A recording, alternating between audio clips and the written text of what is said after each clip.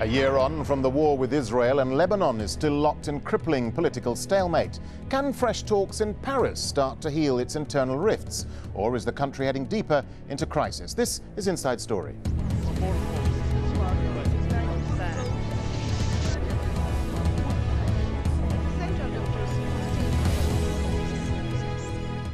Hello, I'm Darren Jordan. Well, since the war with Israel last year, Lebanon has been mired in political deadlock. Its citizens live in daily fear of fresh conflict.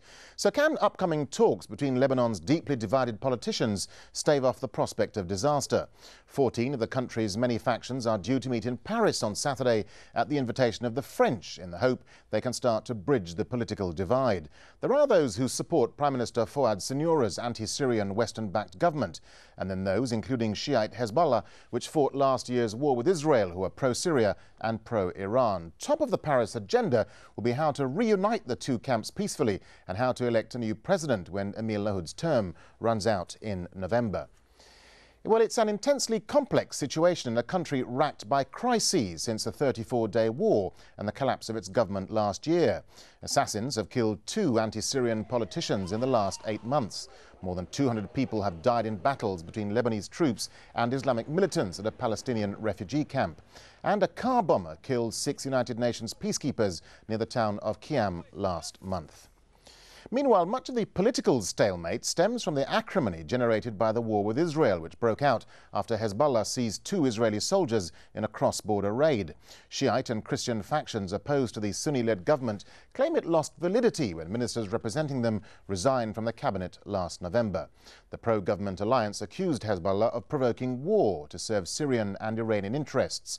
Hezbollah accused the government of conspiring with the West in the hope its militias would be defeated and disarmed.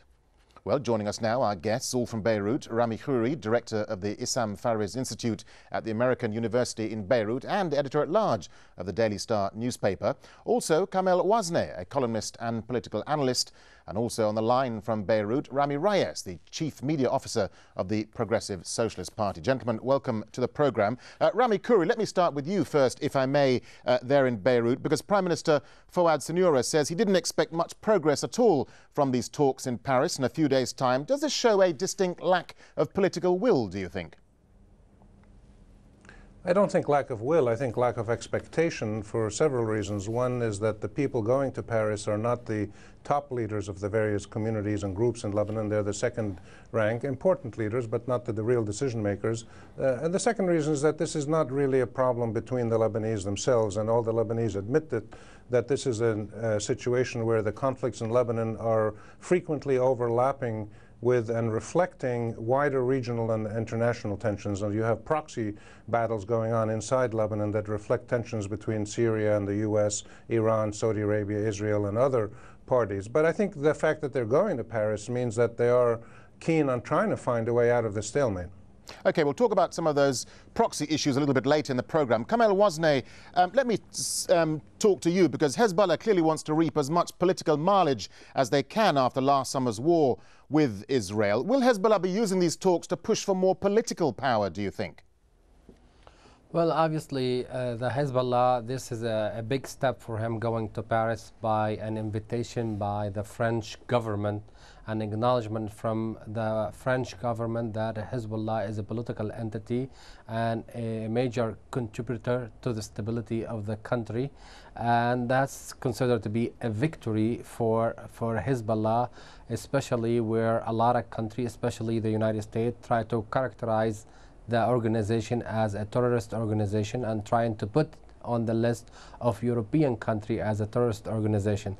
The fact that Hezbollah was able to get an invitation and get some clarification from the presidential office in Paris and from the spokesman for the foreign ministry, condemning the first 2 statements about calling Hezbollah a terrorist organization, I think that's considered to be a victory for the party of Hezbollah, and probably as an opening for dialogue with the West through the channel of the Sarkozy government. Okay, let's bring in Rami Reyes on the phone there in Beirut. Rami Reyes, this meeting is being billed as a chance to get all the rival factions talking again and perhaps to resolve some of your differences. Do you see anything positive coming out of it? Well, we have always counted on dialogue. We have always called for the different parties to indulge in a new dialogue, to strengthen their or to rebuild the lost confidence. Unfortunately, we have been seeing some parties in Lebanon who have admittedly repeated that they do not have the full authority to take the decisions regarding the compromise in Lebanon. Even Damascus yesterday has clearly announced that it has the key for resolution in Lebanon after it has received the Arab League Secretary General Amr Moussa. And this itself is a complex. I agree with my colleague Rami Khouri on what he has said. There is some proxy problems taking part in Lebanon. Unfortunately, as I said, joining a table of discussion where not all the parties have the full capacity of taking a decision is by itself a problem. However, we as a political group in this country, we have always called for compromise and we have always called for dialogue because we consider this is the only way where we could reach a final political settlement.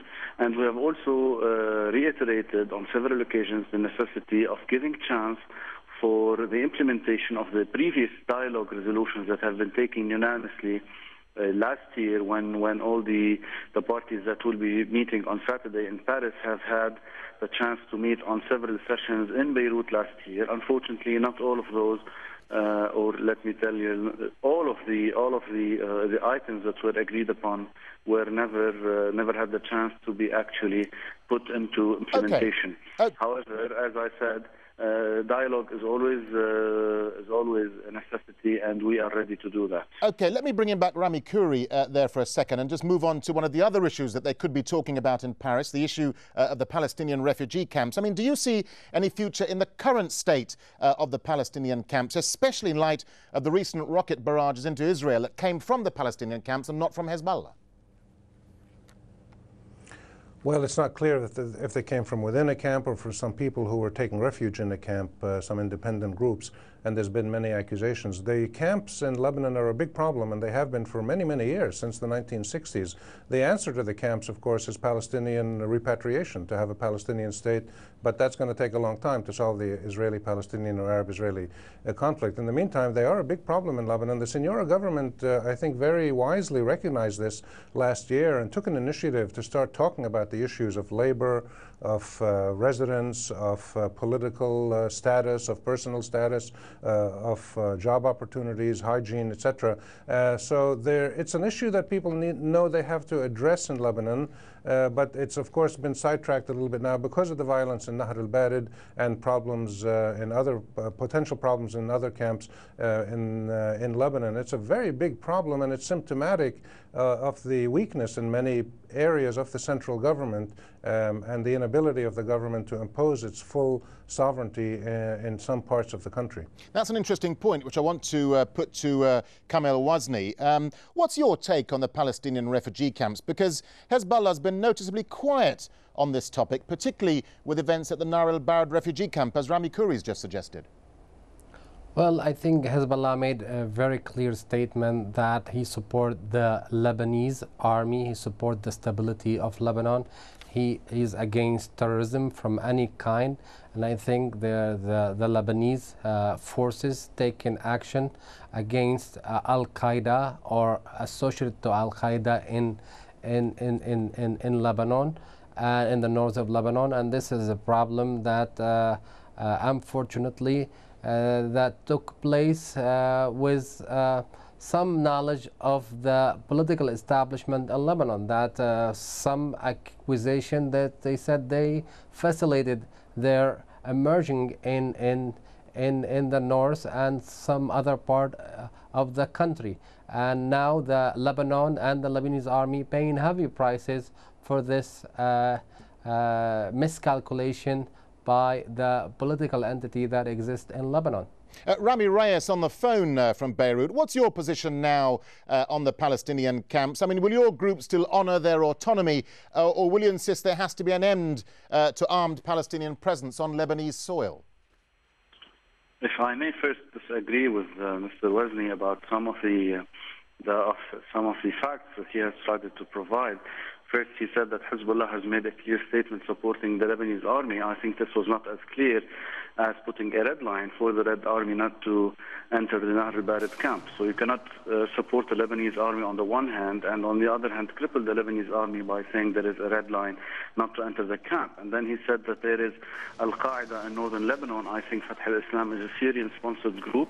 Its leader, Shakar al-Atsi, has been nurtured in the Syrian prisons, and he has been... We know political prisoners in Syria have never been released alive. He was released before the time he was supposed to spend in jail and sent to Lebanon in order to organize this terrorist attack against the Lebanese sovereignty. And then he accused also the Lebanese authority of facilitating the entrance of the Fatah al-Islam group into Lebanon. I think this is self-contradictory, because I don't think any authority in the world will allow a terrorist group to enter into its territories and then embark on a fight with it. As for the Palestinian camps, unfortunately, some of the camps, which follow some organizations like the Lebanese National, the Palestinian Front, the general leadership, which is for Ahmed Jibril, follows the Syrian regime, and thus this will be, of course, a problem unless the Syrians would not withdraw their support for this political Palestinian group, which is, by the way, on contradictory terms with other Palestinian groups. Then we will have, of course, a second problem, and they have been responsible for sending rockets across the blue line, not only during the last few weeks, on several occasions, because I think Syria has always needed to use the Lebanese front in the south to improve its case with the Middle Eastern question, with the compromise with Israel. But unfortunately, the Golan Heights have been occupied for almost 40 years now, and they have not tried to encourage any resistance movements, only on the expense of Lebanon. Okay, Rami Reyes, thank you for a second, because it's time for a short break now. But when we come back, we'll be looking at what role other countries play in Lebanon's ongoing crisis. Stay with us, won't you?